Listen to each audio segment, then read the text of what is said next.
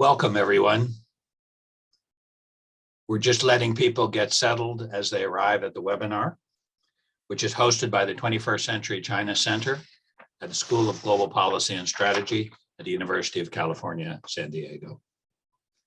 GPS, as we call it for short, has 8 degree programs in international affairs, and perhaps of special interest to this audience, including one specifically on China, the Masters of Chinese Economic and Political Affairs, or MCEPA for short.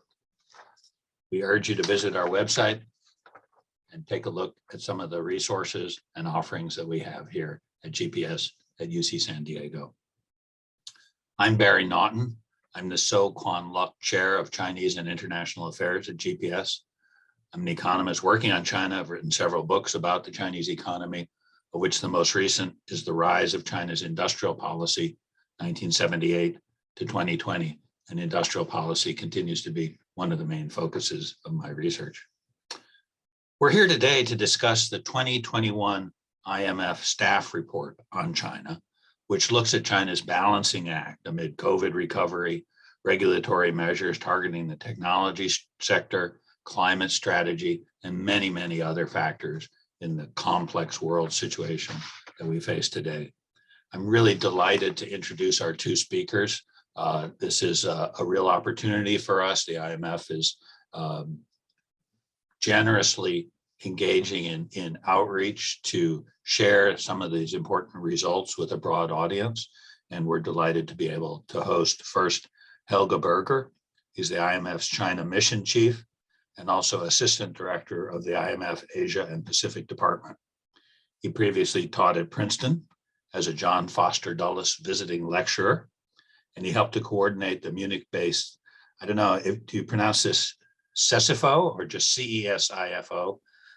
Certainly an eminent research organization based in Munich, Germany, where he was the research director and also a full professor at the Free University of Berlin. The other presenter, and I think the main presenter for the main part of the talk, is Wen J Chun. She's a senior economist on the IMF China team. And prior to that, she worked in the IMF's research department, where she was part of the World Economic Outlook team. And I'm sure everybody who took the first year globalization class at GPS knows the World Economic Outlook, which we refer to every year. She's also worked in the African department. And before joining the IMF, Wenjie was a professor at GWU, George Washington University, in both the School of Business and the Elliott School of International Affairs. Some quick housekeeping rules. The webinar is being recorded. The speakers will present for about 30 minutes. And at any time while they're speaking or afterwards, please use the Q&A box on the bottom of your screen to submit your questions. When we finish the main talk and go to the Q&A session, I'll coordinate the handing the questions over to the speakers, and I'll do my best to be representative of the questions that I receive. Welcome, Wenjie and Helge. The floor is now yours. Thank you very much, Barry, for this nice introduction, and thank you for the 21st Century China Center for hosting us. Let me put up my presentation. I hope you can all see it in full screen. And as many of you might know, since you're covering it in your policy courses, the IMF has 190 member countries. And for each and single one of them, we do in an annual consultation, which we call the Article 4 staff report, which we then put together. And this is the results and summary of the findings for the latest one on China, which we concluded late last year. And the report was published in late January of this year. And as the title already is saying, the main topic of this cycle, of this consultation, was to really look at China's recovery and in terms of the need to rebalance amidst many of the headwinds that it is facing, including COVID, including the regulations that are multifold, as well as its welcome but very ambitious climate goals. So let me jump in terms of the conjunctural findings that we have, and then also some of the longer term headwinds that China is facing, and then lastly conclude with what the IMF team has recommended in terms of policy strategies going forward. So in 2021, we saw China's recovery very unbalanced. For the whole year, it attained high growth of 8.1%, but when one looks into the trend in terms of growth on a quarterly basis, as you see on the left-hand side, you see that in particular, in the last quarter, growth has significantly come down. And once we dive into the various components of GDP growth in terms of exports, in terms of investment, and private consumption, you can see on the right-hand side that compared to a pre-pandemic trend, that private consumption really stands out as the component that is still lagging, whereas GDP compared to our forecast prior to the pandemic in 2019, or in the January 2020 real forecast, for instance, that we use as the baseline here, overall GDP growth has recovered, but the private consumption component is still below the 100, where you would see had growth trend come back in the post-pandemic trend. And what some of the drivers are, let me present here, and much of it is man-made. In fact, it's policy-driven. And what you see here are the main macro policies, mainly fiscal policies on the left-hand side. You see that during 2020, the main year of the outbreak, China has done a lot of fiscal stimulus. It's measured in the change of the cyclically adjusted primary balance on the left-hand side. You see it's negative, meaning it has conducted stimulus, mainly in the form of infrastructure investment, public investment in particular. But then you see this bar turning from highly negative into positive for the year 2021 last year. And so that is a contraction in fiscal policy stance, which has therefore contributed very much so to the growth slowdown that we have seen since the second part of last year. And similarly, although not in the same degree of magnitude, on the right-hand side, you see the monetary policy stance has also shifted from more loosened in the year 2020 to then from last year more contractionary. You see the positive bars coming up. And the reason why you see the different colored bars is that Chinese monetary policy comes in different forms. It's not just the interest rate, which we are used to for more advanced economies, the policy rate cuts, but also in terms of its way for the central bank to actually conduct structural credit policy, meaning to give credit to certain sectors, the SME, small, medium enterprises in particular.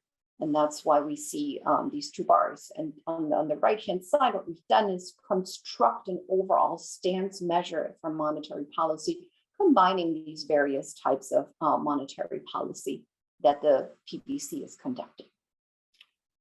But this is not all in terms of the growth headwinds or the drivers contributing to the growth decline in the first slide. What we also have is a very large tightening in terms of the real estate sector. And you can see here on the left-hand side, one of the main policies was the 3 red lines, which really curtailed the funding opportunities for developers, real estate developers, property developers. And you can see here that in terms of their access to funding has really come down, especially in the second half of the year, following a very hot market in the first half, as real estate investment has traditionally been one of the channels to also stimulate the economy. But due to considerations of large leverage and debt among developers, that those channels have been really curtailed. And you can see in the second half of last year, a lot of the channels of funding for these real estate sector developers have gone down quite substantially. And in parallel to that, on the right-hand side, you also had regulatory tightening, especially in the tech sector. And that covered many different industries, ranging from consumer staples, you had the food delivery industry, you had healthcare, you had other industries that were related to fintech, as well as to technology in general, many internet companies in particular.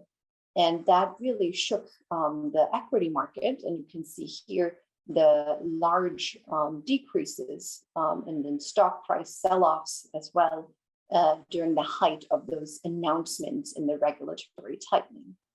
And that has continued throughout last year and into this year as well. Now, what has supported growth most of last year was, in fact, exports. And you can see on the left-hand side, the goods exports and imports. In particular, China had the benefit being the first one into the pandemic and also the first one out of the pandemic as of last year. And you see that much of the rest of the world that was reeling from the pandemic had much demand for durable goods, consumer goods that then China produced and exported. We see that in terms of the large bars in green throughout most of last year. And we see a little bit of a normalization in the first 2 months of this year and going forward in particular, as there is normalization out of the pandemic and much of the rest of the world, we would expect those exports to also normalize and therefore going back to more other types and also going back to normal trends. And as a result of the increase in exports, net exports in particular, the renminbi has appreciated as there was more demand for China's currency, and you can see that on the right-hand side. Now, in terms of our consultation, we not only look at the conjunctural developments, and those were some of the growth headwinds that I presented, but also we look into the longer term in terms of the health of the economy.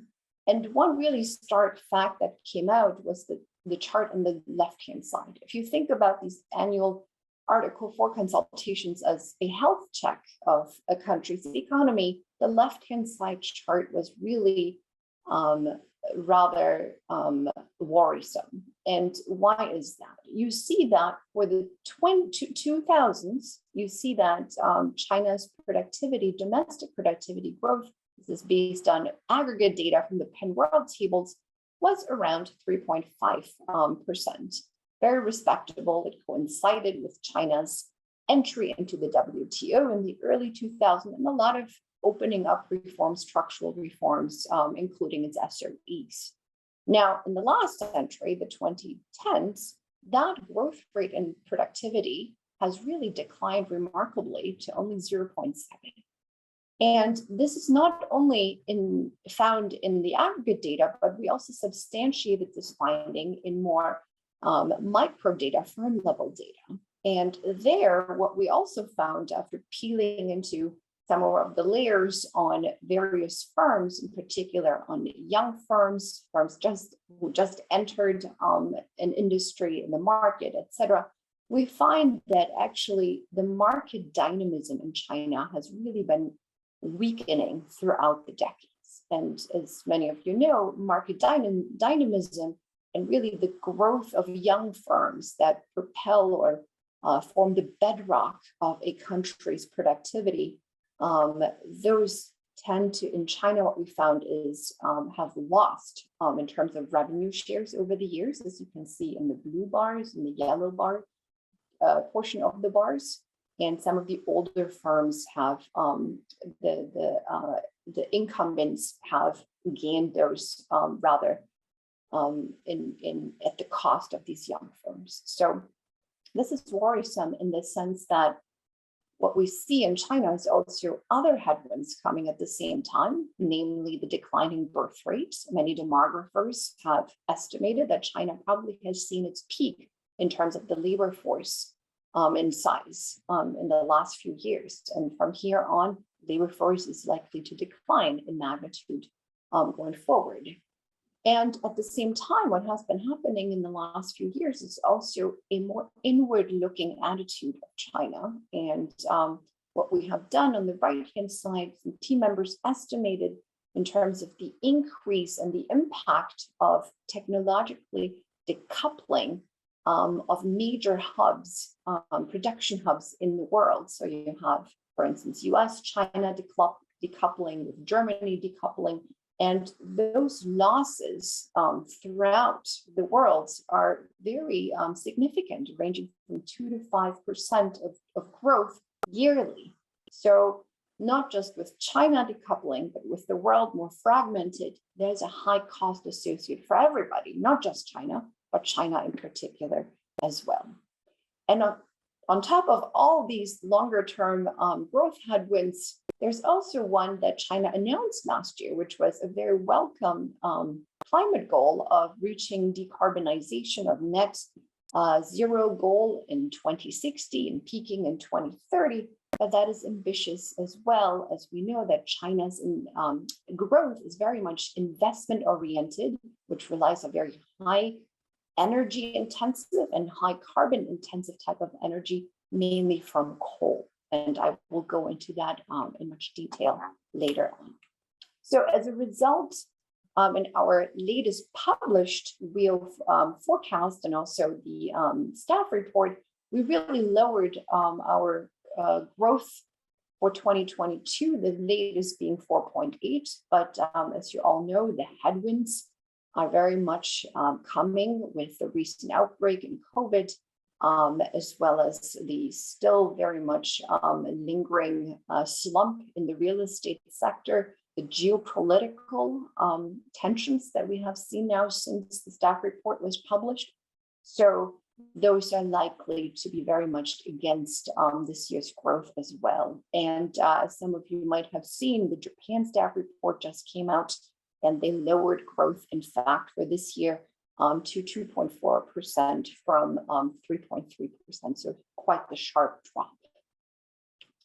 Now, despite this downward revision, the risks really remain on the downside, as I mentioned before. And the latest one is really from the rise in COVID outbreaks that we haven't seen in this kind of magnitude since the early 2020 in Wuhan, Hubei province. And you can see here, I just plotted the latest that we had, but there were a lot of cases reaching over 20,000, I believe, as of today. A lot of them in Shanghai, as well as in Jilin province. And that had, of course, an impact on mobility. You can see here the transport congestion index very much declining, restrictions to mobility, and that will have impact on private consumption in particular, which is already lagging. And then at the same time, we have the headwinds coming and the risks really from the property sector, which has worsened since we concluded the Article 4 consultation, as you can see on the right-hand side with the latest data, with in terms of the sales having gone down, as well as the real estate bond price index going downward as well. So there is definitely risk of broader spillovers to the economy. And what I haven't plotted here are also risks from the Ukraine-Russia war that are forming significant headwinds as well. Now, let me turn to policy recommendations in light of these conjunctural headwinds, as well as the longer term challenges that China is facing. What did we recommend as a team? Well, first and foremost, in the shorter term, in terms of macroeconomic policy, we really recommended that there should be more, and in terms of more focus towards vulnerable households. So we welcome the recent budget announcement in terms of more expansionary fiscal stance, but at the same time, the authorities also announced a very ambitious 2022 growth target of around 5.5%. So in terms of the overall fiscal policy, what we recommended really was to shift towards more household support to really support the recovery in private consumption, which will help rebalance the recovery as well, as we saw it as it was lagging. Now, in terms of longer term policy recommendation on fiscal, what we suggested was to really strengthen the social protection system in China. And you can see here in the middle and the right-hand side chart, in the bottom, China has very high savings rate compared to other countries. And its unemployment benefits in terms of its adequacy, it's really lagging behind some of the comparative countries, as you can see on the right-hand side bottom chart. And one of the things that is contributing to this unbalanced recovery is that as a result of this lack of social protection system, there's more in terms of need for individual households to precautionary save. And then in a cycle, a lot of that savings goes into real estate investments due to limited other options of financial developed stock market, etc., as well as a rather closed capital account. And then therefore that contributes also to very high intensive type of production that uses high carbon intensive coal, and so contributing to very high carbon output as well. So therefore, strengthening social protection would lower the need for precautionary savings, would encourage, in fact, private consumption, which tends to be more engaged in services type of production that comes with lower CO2 output. Now, on the monetary policy, similarly, we recommended a more accommodative stance, given the low CPI inflation and also the significant output gap that the economy is facing. And the recent announcements and recent reduction in key policy rates were indeed very welcome in terms of lowering the borrowing costs and therefore to stimulate investment. And it was also a good step towards using more interest rate-based accommodative policy, which was another one of our key recommendations, rather than the structural type of credit lending into key or into certain sectors, which is useful in certain times in crisis, but it should be phased out once the recovery is taken hold, as those tend to be sometimes not always the most effective and the most targeted towards where resources should be spent. Now, as I mentioned before, one of the key things we tried to incorporate into our consultation for this cycle, for the last, this is Article 4, was the climate policies. And this was really in reaction to China's ambitious announcement to reach net carbon neutrality in 2060. But our main goal here was also to integrate climate policies into the macro, into the package of macro policies more generally, rather having it as a more standalone policy. And one of the aspects that I mentioned before is already in terms of the fiscal policies, the longer term goal to rebalance the economy. And here again, this comes to the fore, a very important part. And we did very rigorous analysis using various models, including CGE models that looked at all aspects of the economy that were interlinked together.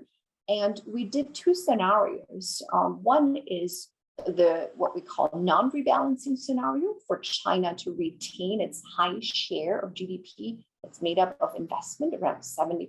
And if it were to continue, versus a rebalancing scenario where China actually increased consumption at the cost of investment. So reducing investment as a share of GDP by 15 percentage point and increasing by that much in terms of the consumption share of GDP. And you can see that change alone, leaving everything else constant, would explain a decrease in CO2 emissions by 15% alone. Just to translate that into why that matters for the world, that would be almost 5% lower emissions and CO2 emissions for the world between now and 2050. So that is a huge impact just based on this rebalancing alone. But China has other tools that it has implemented last year in terms of combating CO2 emissions. And one of the biggest ones is using a market-based tool, namely the emissions trading system. It's a carbon pricing tool. But to make it even more effective compared to what it is now, there could be several policy changes, recommendations that we had for the authorities, namely including making it more stringent, also to widen it, not only to apply to the power sector, but also to steel, to aluminum, to other very high carbon intensive sectors. And first and foremost, also to incorporate market-based policies in the energy sector in particular, where prices tend to be more set administratively rather than letting the market speak. There has been some changes to that. In fact, welcome changes since the power crunch of late last year. So some of the prices have been made, in fact, more flexible. And throughout these packages of reforms and recommendations that we recommended, including also an earlier peak in what they are considering now, which is the 2030s. In our modeling, we actually did a scenario of peaking earlier and right away in 2023. And based on these different layers of recommendations, China can actually save significantly in terms of the cost that are associated with these climate policies and reaching their goal in 2060. And on top of all of that, another big need in terms of the climate is the green finance. And there, China already plays a large role in the market in green bonds and green loans. But we also looked into other additional things that China could do to really make the considerations in terms of the goals of the bonds and how to make them more towards other countries, more stringent in order for the markets to really invest into the big needs that China has to leverage investment there. Now, other policies to address downside risk, which I mentioned before, and these include first and foremost in the property sector to guard against the further risks there, to really improve the monitoring and step up the policy coordinations, and for the longer term also to work on structural measures to really reduce the longer term risks. And here, more generally speaking, not just in the real estate sector, but to really address the high corporate leverage that we have seen, we recommended to phase out implicit guarantees, especially in the SOE related sectors, and then to strengthen market-based insolvency, bankruptcy, and other resolution frameworks to really put that in place before the next big crisis. Now, to address the longer term headwinds, especially from decrease in productivity, which I showed before, there are several things which we recommended. And one is this really large gap and sustained gap between private and state-owned companies in terms of their productivity. And here on the top left-hand side chart, you see that how this gap has really prevailed over a long-term period. And so policies to enable a leveling playing field, to have competitive neutrality, to ease the entrance, especially of younger firms, private firms, and to open up many of the sectors, including services in particular, that are still very controlled and would really enhance the productivity and the gain these firms could get towards the technology frontier. Another advice that we had was also in terms of the capital stock, the general government capital stock that China has, which you can see on the right-hand side is very large compared to most other countries. And that's a legacy of using public investment as a stimulus tool by the government. And so to invest in traditional brown, generally public infrastructure projects is probably not going to yield very high returns, as you see on the bottom right-hand side.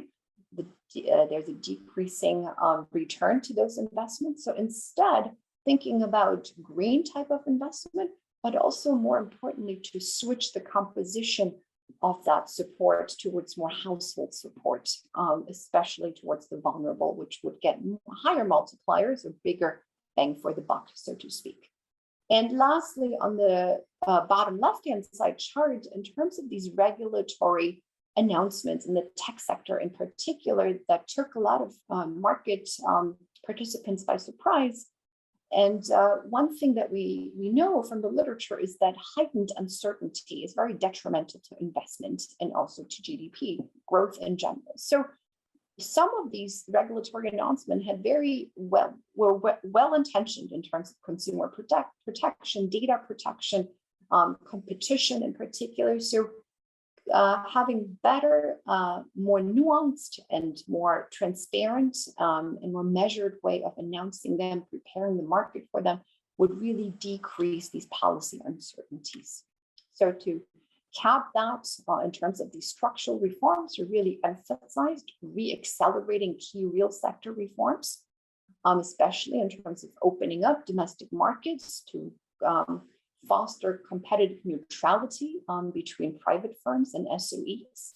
And those will help lift productivity growth domestically, especially in light of these more challenging external environment for China. And then again, the regulatory measures, they should be implemented. These were good intentions, but in a more transparent and predictable manner. And lastly, on the public investment, again, which will come to the fore this year again, in terms of many of the announcements the authorities have made, a large portion we see as infrastructure investment, but really to also think about recompositioning them towards more household support and towards green investment as well. So let me stop here. Thank you very much. Wenjie, thank you very much. This is really an amazing presentation. You've covered so much, and there's so many powerful implications of what you've said, and yet you've laid everything out in sort of very clear, objective, straightforward categories. So let me start first. Let me encourage the audience to add to the questions that are already in the Q&A box. I won't be able to call on people, so if you've got a question, please do add it to the Q&A box, and I'll do my best to inject it into the stream. Let me start out with a question that's relatively narrow and technical. In your description of Chinese policy, to me, maybe the most striking thing that jumps out is this dramatic shift in fiscal policy from highly stimulative in 2020 to quite restrictive in 2021. And of course, as you know, the official Chinese data on their deficit doesn't show anything like that kind of big shift. So could you, and I mean, I believe your method, but can you kind of briefly give us an intuitive understanding of what changed in the Chinese fiscal stance that led to such a dramatic tightening in 2021? Let me start out, but also want to point out Helge Berger, my mission chief on China, is present here, so he will jump in as well, I'm sure. So just to cap, in 2020, what we measure is the change in cyclically adjusted primary balance, but it's based on what we call the concept of augmented debt. So we take into account not just the official government debt, but also anything related that we can find in terms of the statistic on government-related vehicles, from SOEs to the other local type of government vehicles, and the data that we have on those. So for 2020, this change in cyclically adjusted primary balance was negative 5.3. So again, stripping off of anything automatic stabilizers, right? The spending in terms of the increased unemployment benefits or the decrease in tax revenues from individuals, from firms, that amount told us in terms of the stimulus that the government gave. Now, there was a change from that to 2021. It was 3.4 change, positive. So that's a very large change, as you pointed out. And I had another chart here. For this year's budget, we had a negative 0.5. So in terms of your question, for the debt, we use a different type of debt than the official. It's what we label as the augmented debt concept. Right. And is it reasonable for a layperson to come away from this and say, well, the reason 2020 is so stimulative is that money is being pumped into government corporations in addition to the sort of standard off-the-shelf fiscal deficit, and then in 21 they're kind of drawing some of that back? I think maybe let me jump in here. So you have the right intuition, Barry. So thanks for that.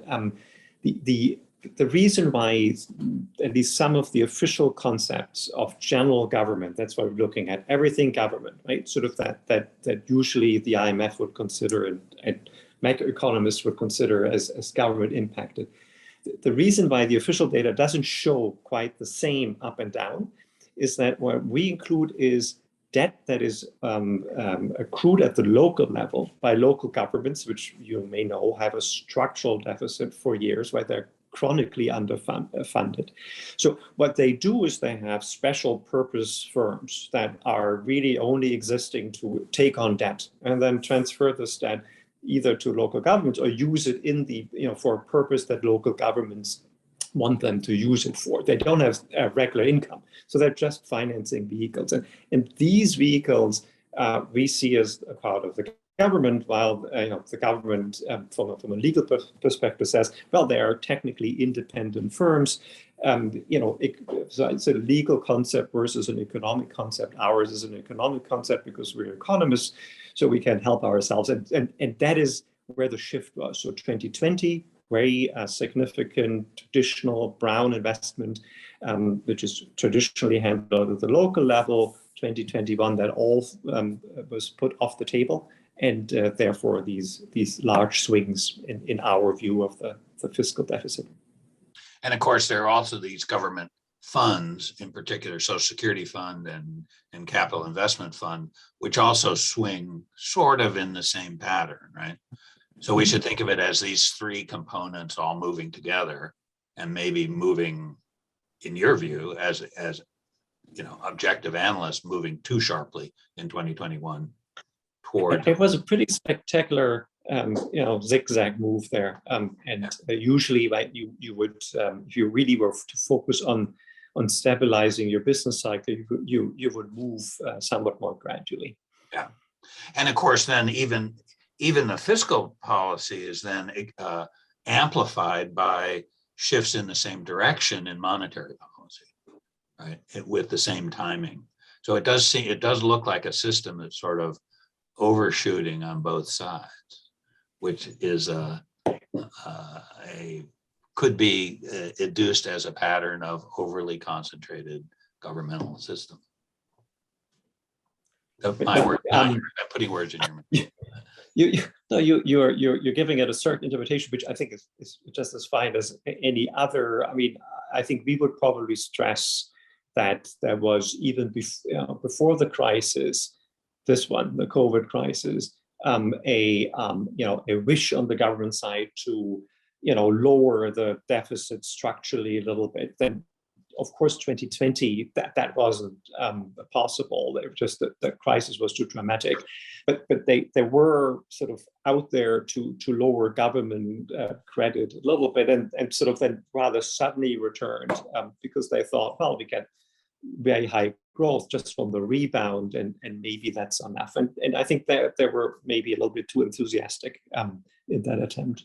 Yeah, and of course, as you know, I mean, among Chinese economists, this is quite controversial, right? There are a lot of people, a lot of Chinese economists who quietly grumble that policy is too tight, too restrictive, and that it's especially hurting smaller firms. And so I guess in a way, it's kind of okay to group you with those critics.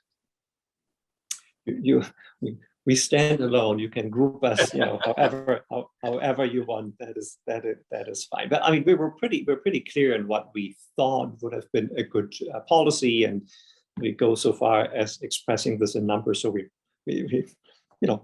out there and very transparent. Yeah, no, absolutely. A couple of the first questions coming in are about rebalancing. So before we drill into that a little bit, let me ask the general question. When you look at for instance, the 14th five-year plan, it says consumption should increase, but it says consumption should increase in step with GDP growth, which really sounds like China is backing away from a deeper commitment to rebalancing. Do you have a reaction to that? Do you think that's true? What kind of hearing are you getting in China from your recommendations on rebalancing? Wenjie, you can decide whether you go first or second. I can go first in terms of the rebalancing. So we have in the staff report also a page towards the end on analyzing or assessing the progress on rebalancing. And what we definitely saw is that the pandemic has curtailed some of the efforts from earlier years where we really saw an improvement in terms of the increase in the share of consumption. And of course, one has to see this again as a trend, right? I don't hear you. Can you hear me? I hear you fine. Yeah. Okay.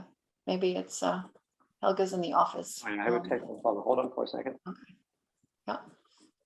So in that respect, it is still growing in level terms, but in terms of the pre-pandemic trend of what we saw consumption increasing, it has worsened. The other thing, since you mentioned the 14th five-year plan, we saw there is the role of manufacturing, how big of it is actually playing. And that is worrisome in the sense that that is, again, more investment intensive, more energy intensive. And so that does not go towards what we recommended in terms of having more consumption-based growth. Let me stop here. I think Helge is back. Yeah, sorry, I don't know what happened here. Let's have numbers speak, right? So you can ask, of course, the same question in many different ways, but if you just ask what's the share of private consumption GDP, so it was 37% in 2019, and it dropped to 35% in 2020, and then in 2021, in our numbers, it's back up to 36.5. Now the point is that we had a I'm not sure whether it's all a policymaker's intention, but as a final outcome, the combination of issues that consumers were facing, including a lack of let's say government support that they would be enjoying in other countries, which a stronger social protection system might be, but then we also behavioral changes because you consume less if you're concerned about getting COVID and so on. So that all came together. But it's if you're already structurally behind, right, relative to what other countries do at your income level in terms of sharing, spending more on consumption rather than investment, then it really sets you back. And going forward, that's an issue. I'm sure Wenjie covered this. I'll be quiet. Yeah, and but I guess what's especially impressive about the report is the way it brings rebalancing and the carbon targets together in such a clear and unambiguous way. We one or two questions came in about that. Just to clarify, I mean, does the rebalancing in this sense depend on any kind of change in the mix of what's consumed? Or is it simply the fundamental shift from a relatively constant basket of consumer goods and services that almost by definition is just much less energy intensive than heavy investment goods? Yes, it is the former. It's the latter. In terms of the consumption basket, so the main channel is the following, right? In terms of really reducing the investment intensity, it's actually through savings. So you have to lower savings in the economy in order to get more consumption going, to get less investment. And there's also a shift a little bit, though, in terms of people's preferences. So as a country, grows in per capita income, there's also a little bit of a shift in terms of the services needs that it has. So that's built in as well to mimic some of the more higher income type of countries. But that again is parallel to China growing and reaching, by 2050. That's when the model ends, and definitely by 2060 when the goal is set for. Can you comment on the link between macro policy and rebalancing? Does a more stimulative macro policy go naturally with a commitment towards a stronger policy commitment towards rebalancing? Okay, Wenjie, let me preempt here. So, I mean, traditionally, it's always true that if you support household income in a downturn, right, that will help households to consume or at least keep up consumption. So there's that link, and that's your basic textbook story. What one forgets if one stays at the very aggregate level and just thinks about the deficit overall is that on what a country is spending. And it's quite remarkable how very investment focused, Chinese fiscal policy, with regard to the business cycle is. In other countries, you have much larger automatic stabilizers helping households. In other countries, look at the US. I mean, 2020 was a grandiose fiscal experiment where lots of support went in terms of discretionary, literally checks right into households' pockets. Had a huge impact on consumption behavior, and that's also not happening in China.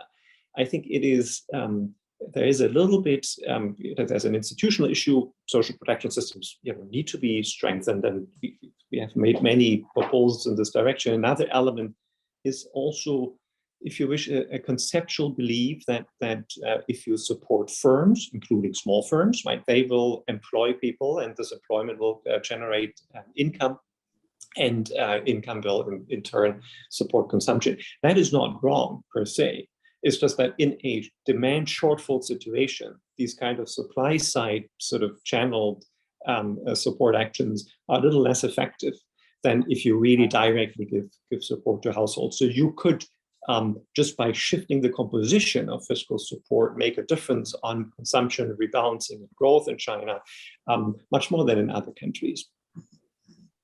And conceivably, you could also use monetary policy channels in the same way, but probably not as effectively as fiscal, which is. I think, especially in a downturn, monetary policy, and that's not new to any of you listening who've done your macro, monetary policy has a bit of a harder time sort of supporting investment when investors just are scared. And then so the employment effect and income effects and therefore consumption effects are also much weaker. So definitely monetary policy has a role to play, but in a downturn where there's uncertainty and pressure on household income, you're really looking to fiscal policy for help. So following this, I'm going to bring in a question from Andy Rothman. He says, earlier this year, the government announced plans for easier monetary and fiscal policy, which of course everybody's been paying attention to, but the measures haven't been, I think, as strong as a lot of people anticipated, which is consistent with your critique. The rest of his question is, given the impact of the COVID lockdowns, do you expect an even bigger easing / stimulus? It's a tough question, probably coming from somebody who's involved in markets. Well, they have put out a very ambitious growth target at the same time as these additional headwinds have appeared. So, one would sense that the tension between outcome and goals has been increasing. So the rhetoric is certainly shifting, and we note this. We would also argue that some of this, in our case, is less surprising than maybe for others, because we warned about sort of that deceleration in short-term growth momentum in that big report that you cited. But we need to see action both on the monetary policy and the fiscal front to catch up with these announcements. And so we're waiting. Our approach is in general to adjust our expectation of government action based on specific proposals like a budget where there are numbers, or a supplementary budget, or specific announcements that are very credible. And we're lacking sort of all three at this moment, beyond what we have already factored in based on the March fiscal numbers, the regular March fiscal numbers. Oh, yeah. There actually seems, just speaking for myself, there actually seems to be a little bit of short-run paralysis in the Chinese government as they kind of look at, well, I mean, you showed the equity market data up to I think February you had in your charts, but of course then there was another kind of equity market crisis in the first 2 weeks of March. We saw Liu He step in and kind of stabilize that market, but he definitely didn't turn it around, but at least he stabilized it, right, in terms of some of the big outflows. So they definitely seem to be pausing and reassessing their options, but it kind of Barry, let me ask you back. Is it your impression that the Chinese policy is guided by equity prices? I didn't think it was. I mean, extreme movements can scare any government, but our recommendation in general is not. Don't try to target a particular level or trajectory of equity prices. But there's some. Equity prices do indicate market uncertainty, right, about policies, for example, or about the impact of external shocks, of internal developments. And so there's some co-movement between these factors that the government, I'm sure, is contemplating. You met the COVID, the Ukraine, the oil price, what have you, new headwinds. But it's more. I think it's more co-movement than causality. I don't think there. I certainly agree, 100% agree with you as a generalization, but I think something very kind of surprising happened about three weeks ago, where policymakers who had essentially said, we don't care about equity valuations. We don't care if Alibaba and Tencent drop 40%. We have our set of policy goals. And then all of a sudden, 3 weeks ago, they kind of flinched and they said, well, we care a little bit. If the markets are going to be amplifiers of uncertainty and even something close to panic, then we care. And so I think you see a policy intervention is pretty unusual, but it has to be backed up by a set of coherent policy measures, which we haven't seen yet. So we'll see. We're watching. I guess one of the things the other things that people are asking about is, do we have any sense? Do you guys have any sense at this point about the ways that all these conflicting international pressures will play out? I mean, we've got in some ways stronger decoupling pressures because of the suspicion and hostility coming from the war in Ukraine. And yet we also have greater disruption of supply chains, both for COVID reasons and for kind of geopolitical reasons. So, I mean, do you have a kind of preliminary prediction? Do you think this will sustain maybe China's export surge, since so many other sources of goods are in danger of being disrupted? Or what do you think? I mean, I know this is all very uncertain and very new. It's not fair to ask you this, but I'm going to ask you anyway. Okay, let me start flying really high, and then Wenjie can take us down more to the ground a little later. The Ukraine shock certainly is a challenge to globalization as we have come to know it. Right? So we see a fragmentation in energy markets already. We may see a further intensification of what you could call technological decoupling for geopolitical reasons. Food security may be another driver of this going forward, and I think our job as economists is to acknowledge that there are issues that governments, all governments, take into account when making some of these decisions, but at the same time to point out the benefits that a diversified, division of labor across countries has brought us. And certainly the world and most countries in the world have benefited in general from that evolution that some of us call globalization. I just call it a more diversified trade. In the last 20 to 30 years. So there's a trade-off. And while it is, the people's or their representatives' duty to think about where to go and what to do, our job is to tell them that, if you go and undo globalization in many areas at the same time, then we all will see our real income drop, and quite substantially. We have research. If you're interested, we can describe this in more detail. So now, for how far the Ukraine shock will go and so on, we don't know. But we are on the record as saying that, as far as national security issues go, of course, that's inspired by the US-China tensions and the trade policies around it. I think there are probably better ways than forcing or attempting to force changes in this division of labor using bilateral tariffs. Right? There must be ways in which countries can agree on the underlying issues jointly, and preferably they do this all across the world, at the WTO level. Okay, so that's the high-flying answer. Wenjie, in terms of what we see in trade, in the shorter term, there are some other factors that overlay this for the moment, right? Yeah, so just in terms of the trade, what I showed in the presentation, we do see a little bit of a coming down of the trade net exports, but it's the combination of a little bit lower exports, but also lower imports due to the weak domestic demand. So those come hand in hand.